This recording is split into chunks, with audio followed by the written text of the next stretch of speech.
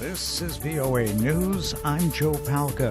How could the clerical church have kept silent, covering these atrocities? An African nun scolding Roman Catholic bishops on Saturday for many mistakes in handling the sexual abuse crisis. Sister Veronica Openibo, a Nigerian nun who's worked in Africa, Europe, and the U.S., spoke with a soft voice but had a strong message for the church hierarchy before her. The silence, the carrying of the secrets in the hearts of the perpetrators, the length of the abuses we heard one last night, and the constant transfers of perpetrators are unimaginable.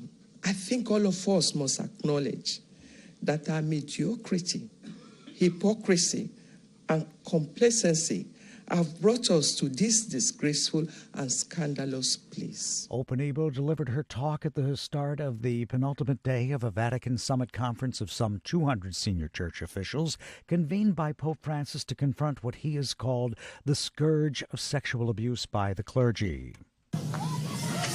Venezuelan National Guard troops fired tear gas early Saturday on residents who were clearing a blocked-off bridge connecting Venezuela and Colombia to allow humanitarian aid to enter Venezuela. Venezuela's opposition has promised to forcibly bring the aid to the country Saturday from Colombia, using trucks and throngs of people who camped out overnight to help with the deliveries. But Venezuelan President Nicolas Maduro has objected to opposition leader Juan Guaido's plans, declaring Venezuela is not a nation of beggars and maintaining that the aid is the first stage of a U.S. invasion. Tons of food, medicine, and other aid, primarily from the U.S., are sitting in warehouses on the Colombia side of the bridge to Venezuela. This is VOA News.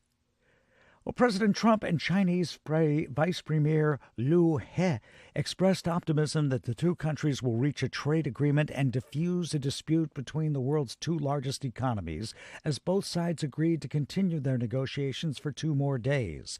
A report saying that China will buy up to $1.2 trillion in goods from the U.S. as part of the current negotiations.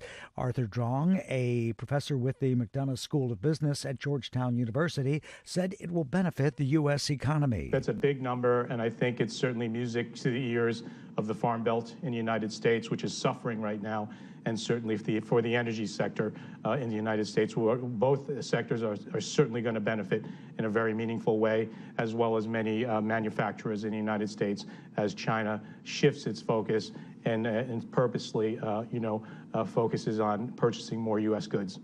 Chinese Vice Premier Liu has been granted authority to negotiate directly with the U.S. by Chinese President Xi Jinping. Well, President Trump explained how a revamped plan to pull U.S. troops out of Syria would work now that he's agreed to leave some troops there. We can leave a small force along with others in the force, whether it's NATO troops or whoever it might be, so that it doesn't start up again. And I'm okay. It's a very small, tiny fraction of the people we have. In December, President Trump, anticipating the defeat of ISIS in Syria, made a surprise announcement that all U.S. forces, roughly 2,000, would be out of Syria by the end of April. An independent advisory body convened by the World Health Organization recommends that pregnant women and breastfeeding women in Eastern Democratic Republic of Congo be vaccinated against the deadly Ebola virus. Latest WHO figures put the number of Ebola cases at 853. Lisa Schlein reports. More than 80,000 people have been vaccinated against Ebola in DR Congo's conflict-ridden North Kivu and Ituri provinces during the current outbreak.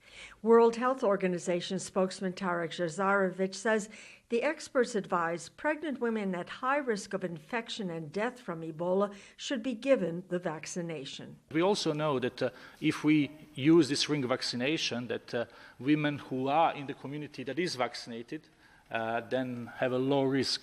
The group of experts advises the vaccine to be given to pregnant women in their 2nd or 3rd trimester, as well as to breastfeeding women and babies under 1 year old. Lisa Schlein for VOA News, Geneva. The World Health Organization says all vaccinated pregnant women will be closely monitored. I'm Joe Powell.